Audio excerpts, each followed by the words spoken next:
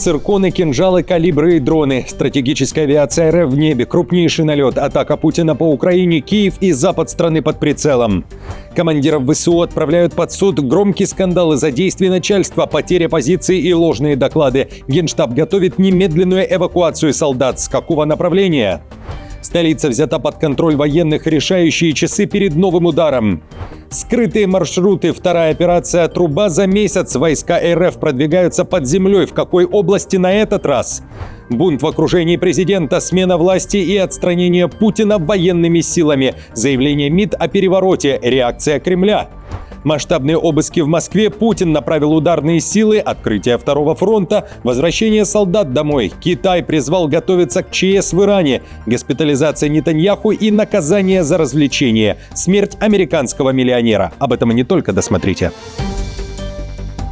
Друзья, всем привет! Это «Время Прядков». Коротко, четко и по делу о том, о чем говорят в мире. Спасибо за поддержку, и я начинаю.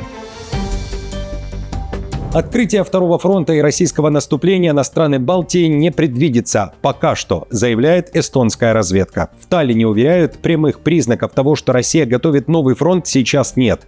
По словам главы разведцентра сил обороны Эстонии Анса Кивисельга, Россия сосредоточена сейчас на Украине, где не достигла ключевых стратегических целей. Это заявление прозвучало на фоне недавних заявлений Зеленского. На них также отреагировал Кивисельг. Он считает, что мобилизация в России в первую очередь нужна для поддержания темпа войны в Украине, а не для расширения конфликта. Также в эстонской разведке уверяют, что идет ежедневная работа, чтобы предотвратить любой сценарий войны, направленный на НАТО. Цитирую. Однако, несмотря на отсутствие признаков нападения, Кивисельг признал, что руководство России непредсказуемо и часто принимает иррациональные решения. С рациональной точки зрения России было бы невыгодно открывать новый фронт где-то еще, но мы видели, что РФ не всегда действует рационально и может допускать стратегические просчеты, подчеркнул полковник.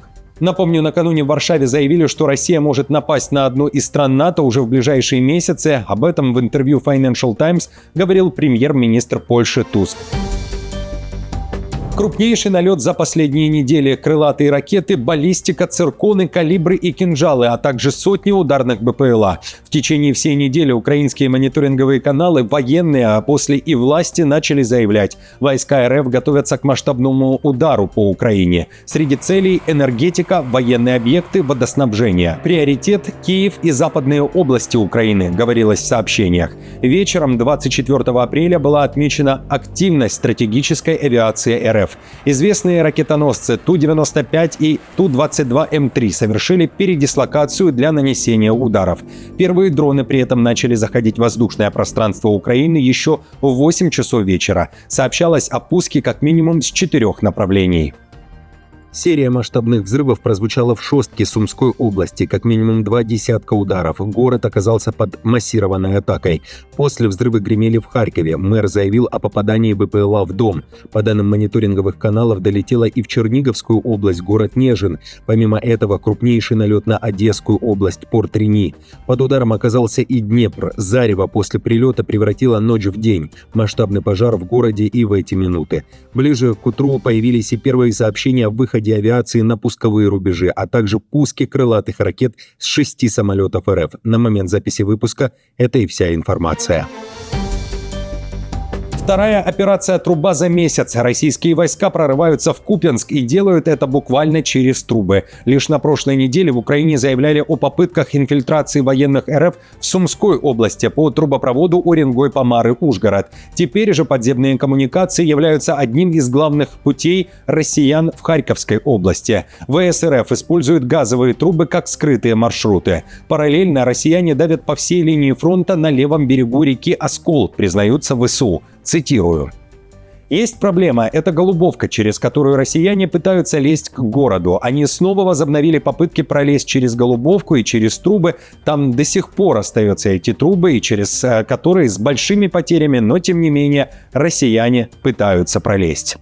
И, внимание, Купенску прикованы еще и другой громкой историей. Военных командиров ВСУ отправляют под суд. Причина – состояние солдат на позициях в районе Купенска. Генштаб заявил, что российские удары по переправам через реку Оскол существенно осложнили логистическое обеспечение некоторых подразделений, а командиры не принимали нужных решений, и из-за этого пострадали военные на позициях. Генштаб ВСУ уволил руководство 14-й механизированной бригады и командование 14-го армейского корпуса после скандала с условиями на передовой. Поводом стали опубликованные в соцсетях фотографии истощенных бойцов, где сообщалось о нехватке еды, воды и проблемах со связью. В Генштабе признали, что прежнее командование скрывало реальную ситуацию, допустило потерю позиций и серьезные просчеты в обеспечении военных. На данный момент завершается служебное расследование в отношении должностных лиц 14-й ОМБР, по результатам которого будут приняты соответствующие управленческие решения, а материалы расследования будут направлены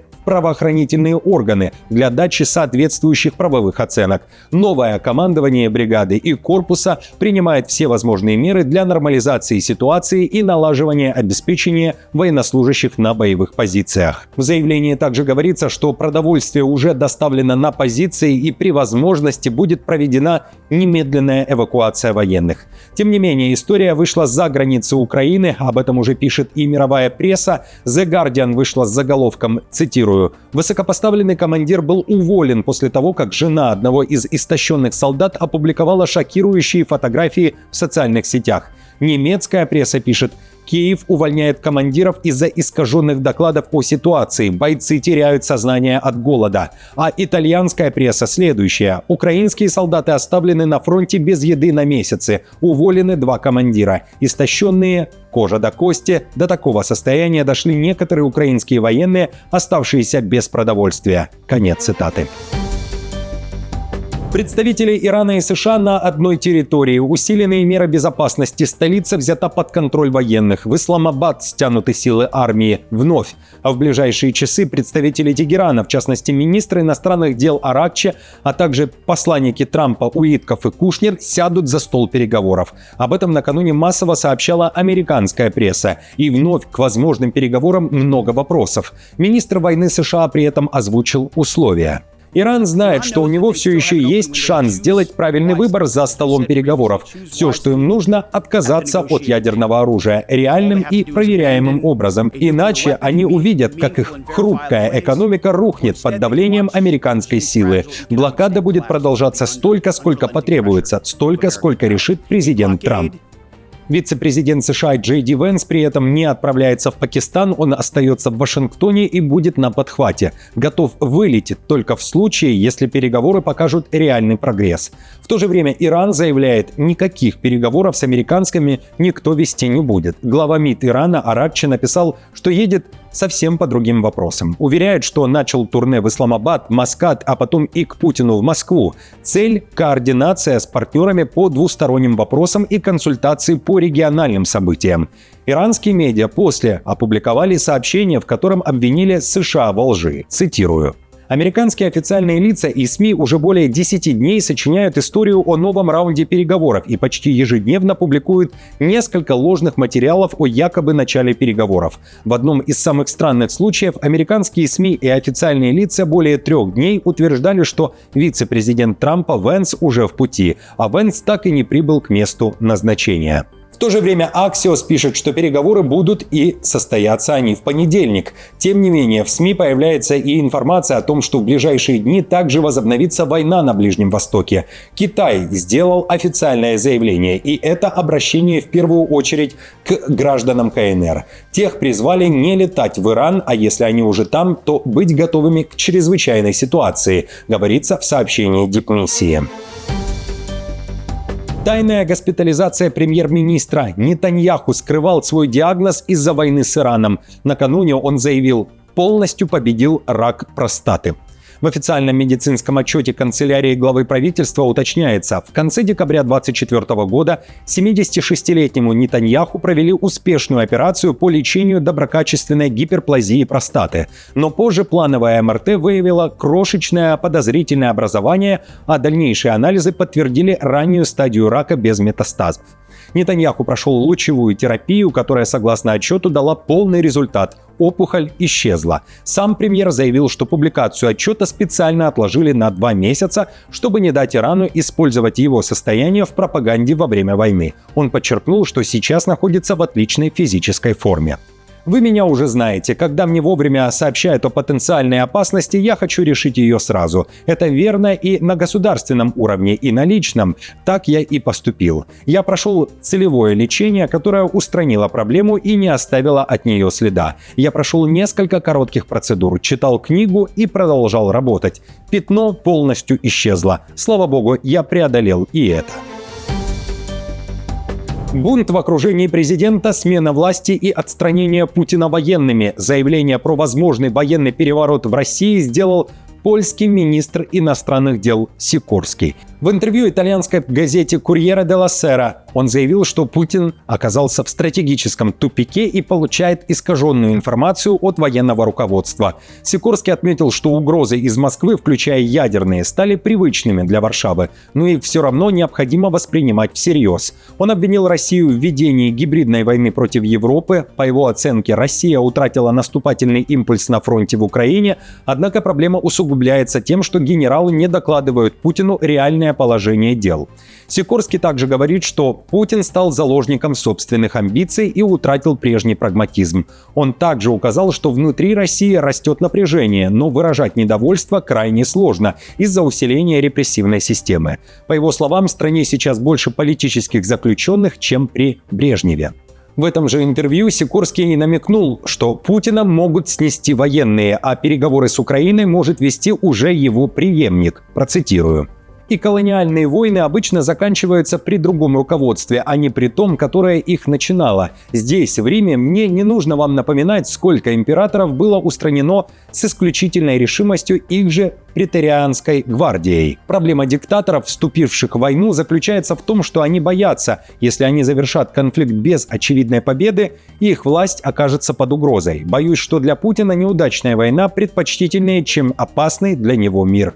На заявления, которые звучат в последние дни из Польши, активно реагирует Кремль. В Москве считают, что в Польше произошел, цитирую, очередной всплеск русофобии и оголтелого милитаризма. Конец цитаты. Путин и Зеленский возвращают солдат. Большой обмен военнопленными. Второй за этот месяц по формуле 193/193. В офисе Зеленского говорят, что среди вернувшихся домой молодые военные 2000-х годов рождения и раненые бойцы. Многих освобожденных Россия удерживала на территории Чечни. Это солдаты и офицеры, которые воевали на ключевых направлениях – от Донбасса до Харьковской и Запорожской областей. Я рад, что появился в своей родной Украине, на своей родной земле и сильно мечтаю увидеть своих родных, родителей. Минобороны РФ опубликовала кадры возвращения своих военных из украинского плена. По данным ведомства, они находились на территории Беларуси. После будут отправлены в Россию для дальнейшего лечения и реабилитации. Также в Москве отметили, что возвращению российских военных содействовали Объединенные Арабские Эмираты и США.